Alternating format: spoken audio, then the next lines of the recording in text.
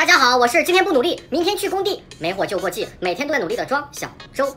最近又在网上发现了好玩的东西，那就是这个，听说可以防止打呼噜的神器。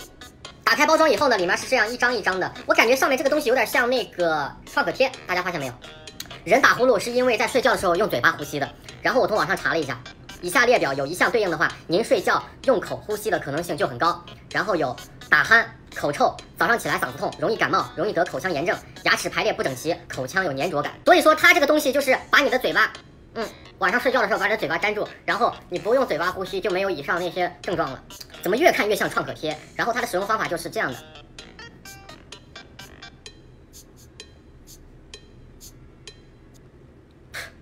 粘不牢固呀，这晚上确定有用吗？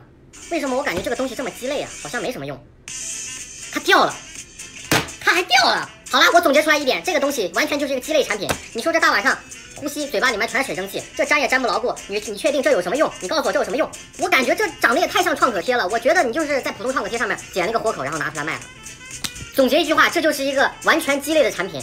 它属实就是个地理，一点牌面都没有，地中之地。这期视频结束了，喜欢我记得关注我。话不多说，拜了个拜。